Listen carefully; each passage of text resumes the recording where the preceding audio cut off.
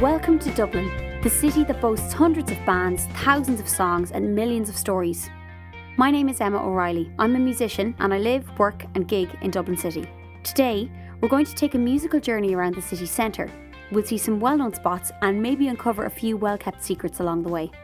Like I said, Dublin is the home to hundreds of established and emerging artists. The city is literally buzzing with music from internationally known acts like U2, Van Morrison, Sinead O'Connor, Glenn Hansard, to more recently formed groups like Codeline, The Script and artists like Imelda May. Make sure you check out our Spotify list to hear some of these great Irish artists. There are music festivals and gigs going on in Dublin all year round, and most international acts stop here when they're touring. We've got you sorted for listings on www.visitdublin.com, so make sure you get to see some local bands as well as some bigger names while you're here. Today we're going to start at St Stephen's Green. We're going to head down Grafton Street, Dublin's main shopping thoroughfare, and from there we'll take you to Temple Bar. Feel free to stop and start the iWalk track whenever you like if you find something along the way that catches your eyes or your ears. Stop 1, St Stephen's Green.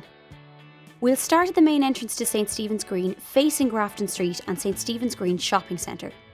Standing in front of the Fusilier Arch, you've got a view along Grafton Street straight ahead, and on the left you've got the St Stephen's Green Shopping Centre.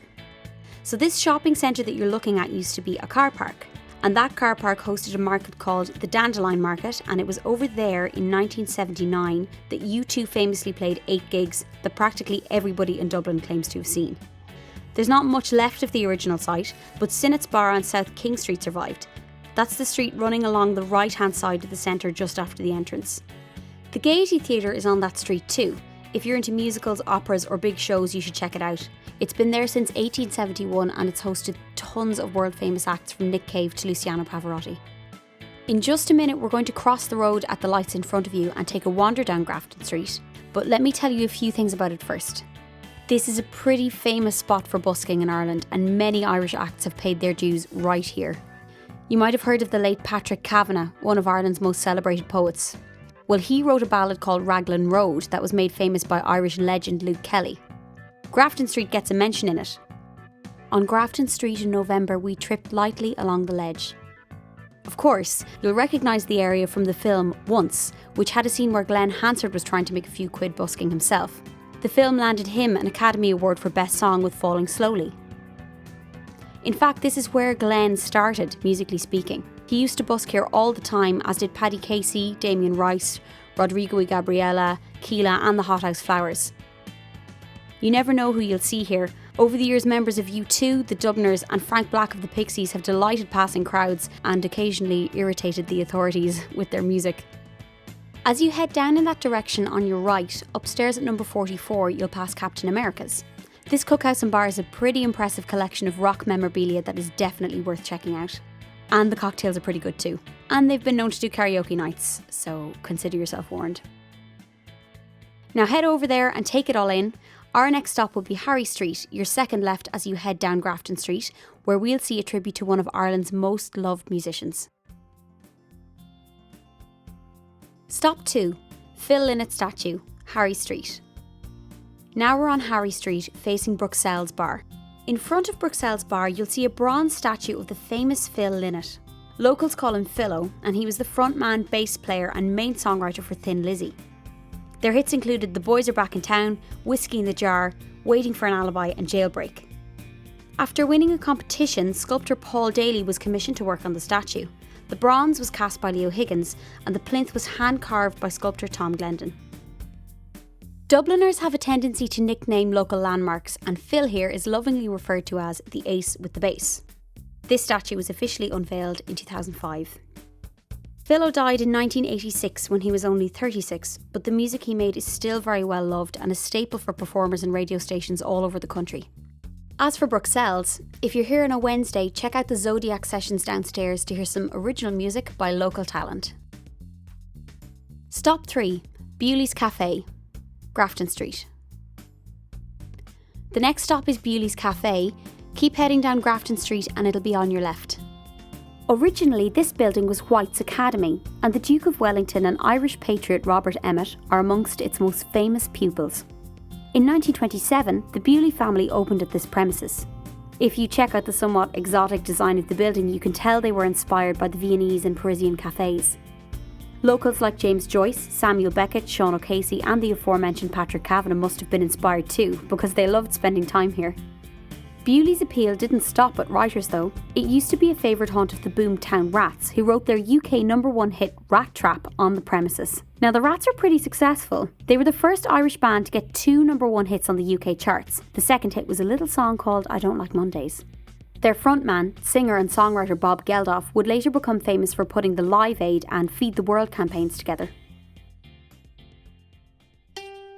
Stop 4. The Molly Malone statue.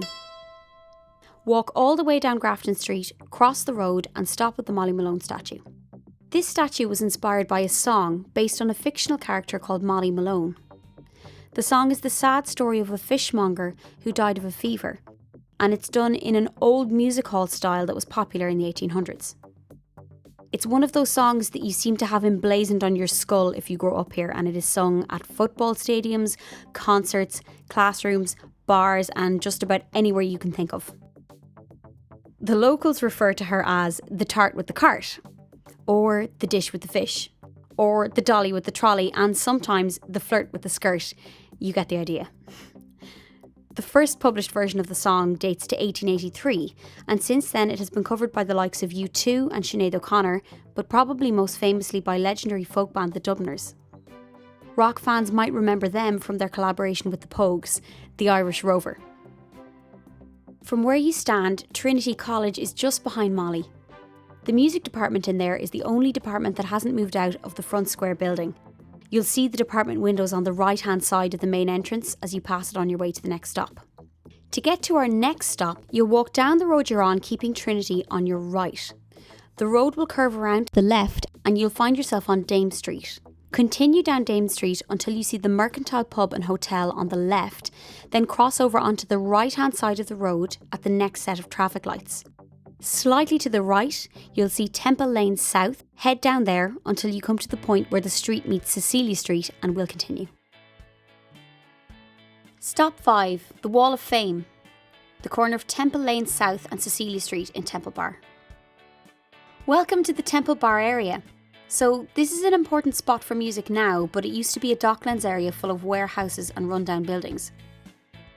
It was going to be turned into a massive transportation centre in the 1980s, but a local lobby stepped in and stopped it. Instead, Temple Bar Properties was set up to develop it, and now as you can see, it's full of shops, pubs, cafes, eateries, galleries and most importantly, music.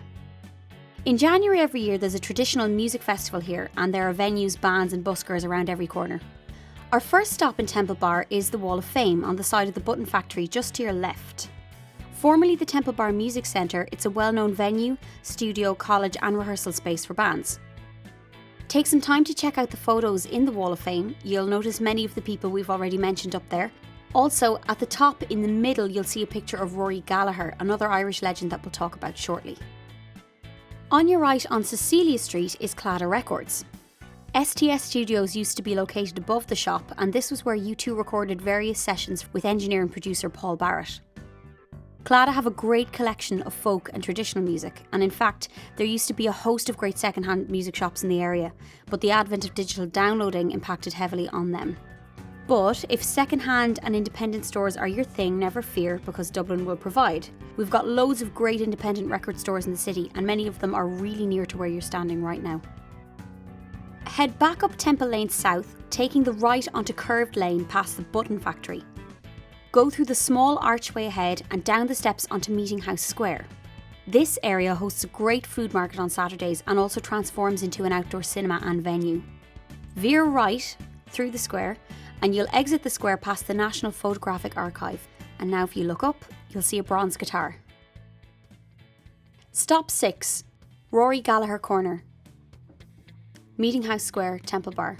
If you know anything about Rory Gallagher, you know why he gets an area of the city named after him. Rory was born in Ballyshannon, County Donegal, and grew up in Cork, but toured regularly around the world, selling over 30 million albums in the process. Rory learned his trade with the show bands, moving on to powerhouse trio Taste, which set him up for a long and successful solo career on top of the music he made with the band. His blend of blues and rock and style of playing were uniquely his, and his live performances were full of energy and charisma. And if you haven't already, I would strongly recommend you check out his music. Legend has it that he bought the first ever Fender Stratocaster electric guitar in Ireland in 1961 and played it throughout his career. This bronze sculpture is a replica of that same customised, well-worn guitar complete with scratches and marks. If you want to see a beautiful replica of the guitar up close, call into Music Maker on Exchequer Street. It's there in the guitar department. Rory passed away in 1995, aged just 47. You're now on Temple Bar Street. Face away from the guitar, walk down the street, taking the left onto East Essex Street. You'll find yourself outside the Project Arts Centre, which has played a key role in the Irish art scene. Many actors and artists like U2 have exhibited or performed there. And speaking of U2, it's a bit difficult not to in their hometown. Opposite to you right now is the rear entrance to the 5-star Clarence Hotel, which is owned by none other than Bono and the Edge. To get to our last stop, turn right and walk back along Temple Bar, passing the Roy Gallagher corner where you were just a moment ago until you reach Temple Bar Square. Stop. Breathe it in. Note the pubs here, there'll be good places to hear traditional music later. Note the square. It's a good spot for buskers and markets. And another thing to flag for later, if you were to continue walking straight past the square, you'd find yourself on Fleet Street. And if you were to continue down that street, you'd find the Irish edition of the Hard Rock Cafe. As you can imagine, that's also home to a load of rock memorabilia and it hosts gigs too. But for the moment, take the next left after the Quays pub and continue on through the Merchant Arch. Inside the arch, you'll see a plaque commemorating our hero from earlier, Phil Linette. Stop number 7, the Merchant's Arch and the Halfpenny Bridge. Now look through the arch and walk through it onto the quays. This is the Halfpenny Bridge. This is one of the oldest cast iron bridges in the world. For a stint of about 100 years from 1816, there was a toll of half a penny to cross the bridge, hence its name. Rock fans might know it from the opening scenes of Phil Linette's video from his classic song about Dublin, Old Town. You'll also see Grafton Street in that video too. If you don't know it, you should probably check it out on YouTube and see how much Dublin has changed since this video was released in 1982. There are plenty of famous rock faces that have posed on the bridge over the years, apart from Philo, including Riverdance and, surprise surprise, U2. I hope you've enjoyed the Rock and Stroll iWalk. While you're here, I really recommend taking the time to see some local venues and hear some local bands. Most of the best venues in the city are less than a 15-minute walk maximum from where you currently stand. Don't forget to check out our Spotify playlist to hear some great Irish acts. You can find us on iTunes if you want to download more iWalk podcasts. You can find us on Facebook or follow us on Twitter at Visit Dublin to keep up to date with the latest news and information. I'm Emma O'Reilly. Thanks for walking with me and have a fantastic stay here in Dublin.